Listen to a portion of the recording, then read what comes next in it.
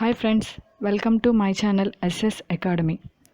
Today's topic Suryudu, Bhumi, Chandrudu Part 2. First question. భూమి ఏర్పడి ఎన్ని కోట్ల సంవత్సరాలు అయ్యింది?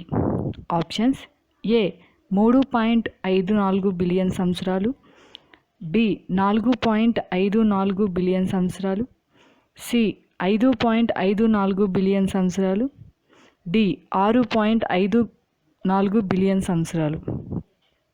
ఆన్సర్ ఆప్షన్ బి 4.54 బిలియన్ సంవత్సరాలు. ఫ్రెండ్స్, ఎలాగంటే మన శాస్త్రవేత్తలు ఒక ఖగోళ వస్తువు యొక్క వయసు ఎంత అనేది రేడియో ధార్మిక పద్ధతి ద్వారా లెక్కగట్టడం జరుగుతుంది.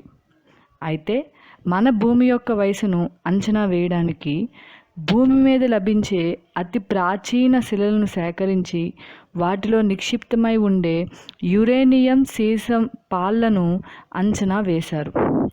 ఎలా అంటే యురేనియం అనేది కొన్ని రేడియో వికిరణాలను వెలువరించే రేడియో ధార్మిక పదార్థం.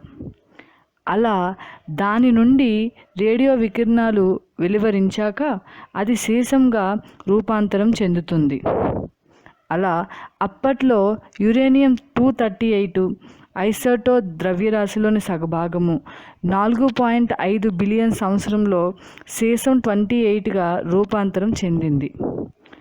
ఆ శిలలలో అప్పట్లో ఉండే యురేనియము సీసము ఆధారంగా భూమి వయసును చెప్పారు. ఎలా అంటే మన భూమి మీద దొరికిన యురేనియం సీసం 3.5 బిలియన్ సంవత్సరాల కన్నా ముందే ఉండి ఉంటాయని అంచనా వేశారు.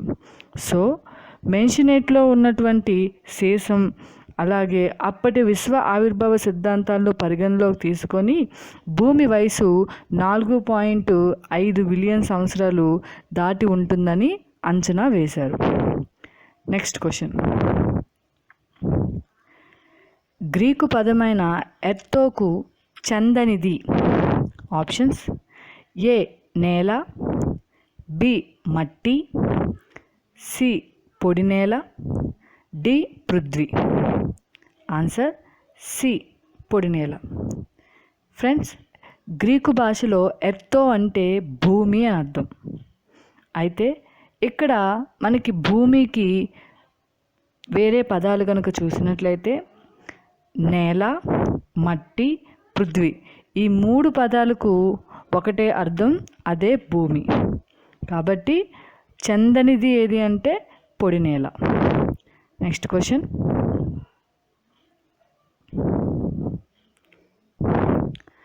సౌర కుటుంబంలో భూమి ఎన్నవ గ్రహం? ఆప్షన్స్ ఏ 2వది, బి 3వది, సి 5వది, డి 6వది. ఆన్సర్ బి 3వది. సౌర కుటుంబంలో భూమి 3వ గ్రహం.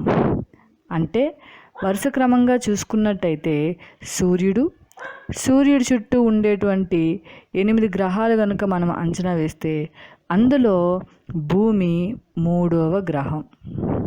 ఓకేనా ఫ్రెండ్స్? Next question. సౌర కుటుంబంలో గల గ్రహాల పరిమాణంలో భూమి ఎన్నవది? ఆప్షన్స్ ఏ 3వది, బి 6వది, సి 5వది, డి 8వది. ఆన్సర్ సి 5వది. ఫ్రెండ్స్, సౌర కుటుంబాలు గల గ్రహాల పరిమాణంలో అంటే సైజులో చూసుకున్నట్లయితే ఫస్ట్ ప్లేస్ ఎవరిది అంటే జూపిటర్ అంటే బృహస్పతి లేదా గురుడు. అలాగే మన భూమిది ఎన్నో ప్లేస్ అంటే 5వ ప్లేసు. లాస్ట్ ఎవరు అంటే బుధుడు. ఓకేనా ఫ్రెండ్స్? Next question.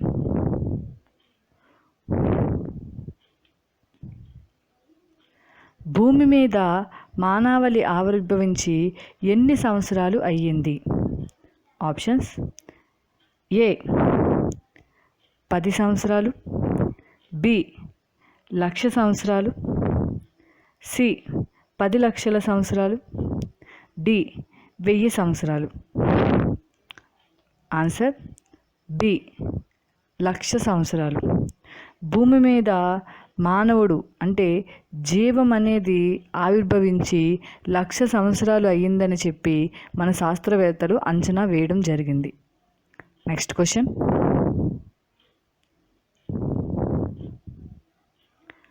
భూమిలోని భాగాలు వరుసగా. ఆప్షన్స్: ఏ భూపటలం, భూప్రావారం, భూకేంద్రం.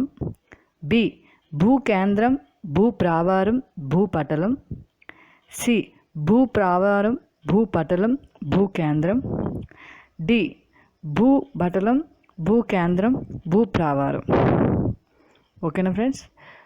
ఆన్సర్ ఆప్షన్ ఏ భూపటలం, భూప్రావారం, భూకేంద్రం. అంటే చూడండి ఫ్రెండ్స్, మన ఎర్త్ అంటే భూమి యొక్క అంతర్నిర్మాణాన్ని మనం పరిశీలించినట్టయితే భూమిలోని ముఖ్యంగా 3 భాగాలు అనేవి ఉన్నాయి. అది భూ ఉపరితలంగా చెప్పుకునేటువంటి దాన్ని భూపటలం అంటారు. తర్వాత ఉండేటువంటి భాగాన్ని భూప్రావారం అంటారు. తర్వాత చిన్నగా ఉండే భాగాన్ని భూకేంద్రం అంటారు. ఇప్పుడు మనము నివసిస్తున్నటువంటి ప్రాంతం ఏది అంటే భూపటలం. 6,000 డిగ్రీల సెంటీగ్రేడ్ ఉష్ణోగ్రత కలిగినటువంటి ప్రాంతం ఏదంటే భూకేంద్రం. ఓకేనా ఫ్రెండ్స్? Next question. జతపరుచుము. 1 టాలమీ, 2 కోపర్నికస్, 3 భూమి నుండి సూర్యునికి అత్యంత దూరం, 4 భూమి నుండి సూర్యునికి గల సగటు దూరం. వాటికి మ్యాచింగ్స్: ఏ 152 మిలియన్ కిలోమీటర్లు, బి 149 మిలియన్ కిలోమీటర్లు, సి భూకేంద్రక సిద్ధాంతం, డి సూర్యకేంద్రక సిద్ధాంతం. Answer option 1. ఎలాగో చూడండి ఫ్రెండ్స్. ఫస్ట్ 1ది సి అంటే టాలమీ = భూకేంద్రక సిద్ధాంతం. అంటే టాలమీ ఏం చెప్పాడంటే భూకేంద్రక సిద్ధాంతాన్ని చెప్పాడు. అతని సిద్ధాంతం ప్రకారం సౌర కుటుంబంలో భూమి కేంద్రంగా ఉంటూ సూర్యుడు, గ్రహాలు భూమి చుట్టూ తిరుగుతున్నాయి అని చెప్పాడు. తర్వాత 2డి అంటే కోపర్నికస్ = సూర్యకేంద్రక సిద్ధాంతం. ఇతనేం చెప్పాడంటే టాలమీ సిద్ధాంతాన్ని ఆధారంగా తీసుకొని ఇతను భూమి కేంద్రంగా లేదు, సూర్యుడి కేంద్రంగా ఉండి సూర్యుడి యొక్క గురుత్వాకర్షణ శక్తితో సూర్యుని చుట్టూ గ్రహాలు తిరుగుతాయి, అందులో మన భూమి కూడా ఒక గ్రహము అని కోపర్నికస్ చెప్పడం జరిగింది.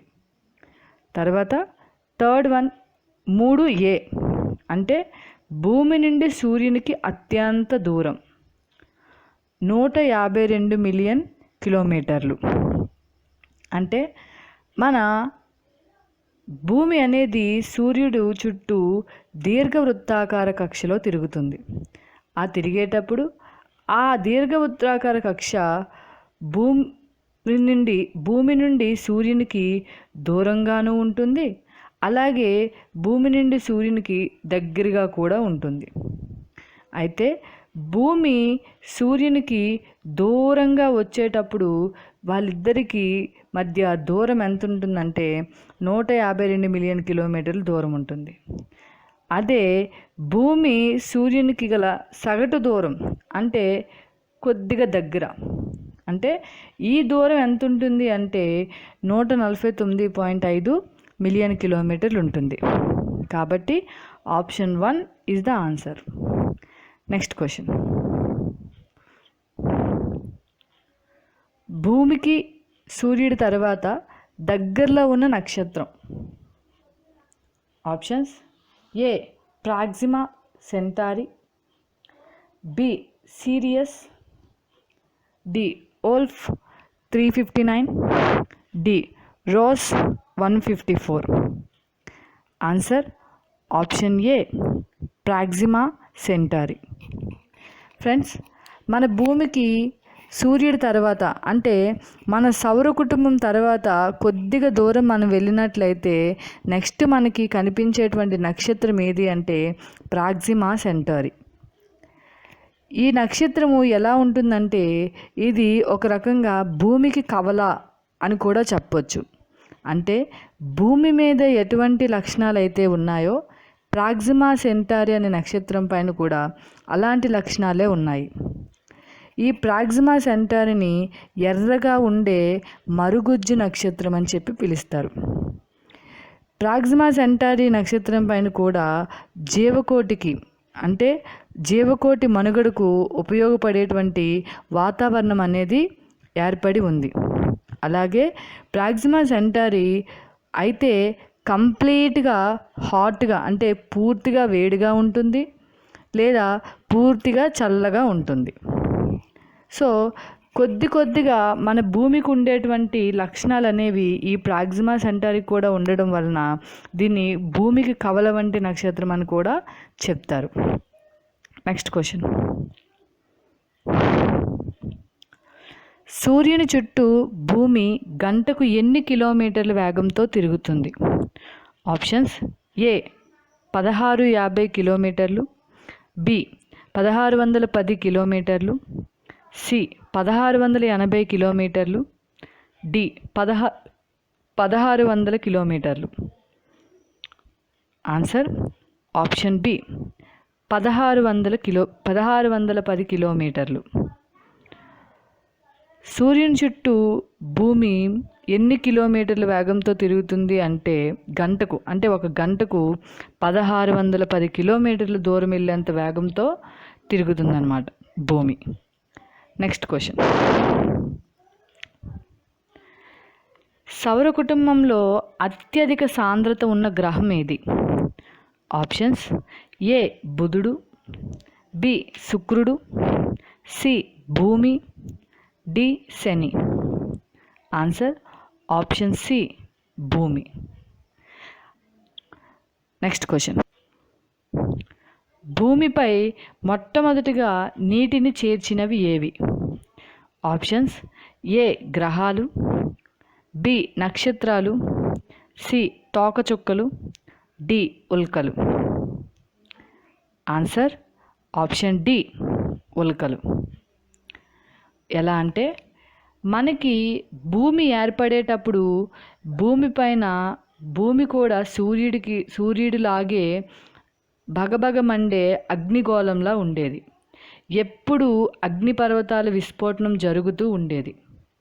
అయితే భూమి మీద ఎక్కడా కూడా వాటర్ బాడీస్ అంటే జలభాగాలు అనేవి ఎక్కడా లేవు భూమి ఏర్పడేటప్పుడు. కానీ తర్వాత అప్పుడప్పుడు వచ్చేటువంటి ఈ ఉల్కలు ఏవైతే ఉన్నాయో ఇవి కొన్ని లక్షల ఉల్కలు అనేవి మన భూమి మీద పడుతూ ఉండేవి. అయితే ఈ ఉల్కల్ని మన శాస్త్రవేత్తలు పరిశోధించిన తర్వాత ఏం చెప్పారంటే ఉల్కలు అనేవి మంచుగడ్డలతో కూడుకొని వచ్చేవి. అవి భూమి మీద పడగానే ఆ మంచుగడ్డలే నీరుగా రూపాంతరం చెందాయి అని చెప్పడం జరిగింది. అందుకే భూమిపై మొట్టమొదటిగా నీటిని చేర్చినవి భాగాలు ఏవి అంటే ఉల్కలు. Okay friends, next question.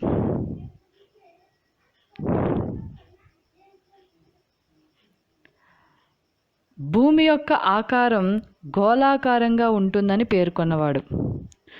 Options A Ptolemy, B Copernicus, C Aristotle, D Alfred Wegener. Answer option C Aristotle. Next question.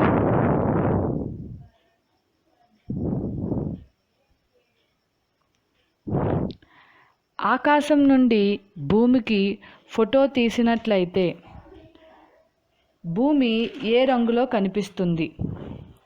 Options A నీలం రంగులో, బి నీలం ఆకుపచ్చ రంగులో, సి ఆకుపచ్చ రంగులో, డి తెలుపు రంగులో. ఆన్సర్ ఆప్షన్ బి నీలం ఆకుపచ్చ రంగులో. ఎందుకంటే భూమిపై గల నీరు సూర్యుని కాంతితో వక్రీభవించడం వల్ల మనకి పైనుంచి అంటే ఆకాశం నుండి లేదా చంద్రుడి పైనుండి కానీ భూమిని చూసినట్లయితే మనకి అది నీలం ఆకుపచ్చ రంగులో కనిపిస్తుంది. Next question. భూమి ఆకారం. ఆప్షన్స్: ఏ గోళాకారం, బి జియాయిడ్, సి కోడిగుడ్డు ఆకారం, డి ఏది కాదు. Answer option B geoid. అంటే జియాయిడ్ అంటే మన భూమి ఏ విధంగా ఉంటుందంటే ఇది జియాయిడ్ ఆకారం. అంటే ఎలా ఉంటుందంటే మధ్యలో ఉబ్బెత్తుగా ఉండి ధ్రువాల వద్ద కొద్దిగా నొక్కి ఉంటుంది. ఇలా నొక్కి ఉంటుంది కాబట్టి దీన్ని ఏ ఆకారం అంటారంటే జియాయిడ్ ఆకారం అని చెప్పి పిలుస్తారు. Next question. భూమధ్య రేఖ వద్ద భూమి చుట్టుకొలత. ఆప్షన్స్: ఏ 42,275 కిలోమీటర్లు, బి 40,075 కిలోమీటర్లు, సి 43,075 కిలోమీటర్లు, డి 44,000 కిలోమీటర్లు. ఆన్సర్ ఆప్షన్ బి 40,075 కిలోమీటర్లు. అంటే ఎందుకు భూమధ్య రేఖ వద్ద భూమి యొక్క చుట్టుకొలత అన్నారంటే మనం ముందు క్వశ్చన్లో చెప్పుకున్న విధంగా భూమి జియాయిడ్ ఆకారంలో ఉంటుంది. అంటే భూమధ్య రేఖ వద్ద కొద్దిగా ఉబ్బినట్టు ఉండి ధ్రువాల వద్ద కొద్దిగా నొక్కినట్లుగా ఉంటుంది. కాబట్టి ధ్రువాల దగ్గర భూమి యొక్క చుట్టుకొలత కేవలం 40,000 కిలోమీటర్లు ఉంటే భూమధ్య రేఖ దగ్గర మాత్రం ఒక 75 కిలోమీటర్లు పెరిగి మొత్తం 40,075 కిలోమీటర్లుగా ఉంటుంది. ఓకేనా ఫ్రెండ్స్? నా ఈ వీడియోస్ కనుక మీకు నచ్చినట్లయితే లైక్ చేయండి, షేర్ చేయండి. ఇంకా కొత్త కొత్త వీడియో నోటిఫికేషన్స్ అనేవి రావడం కోసం నా ఛానల్ సబ్స్క్రైబ్ చేసుకొని బెల్ ఐకాన్ని టచ్ చేయండి. Thank you.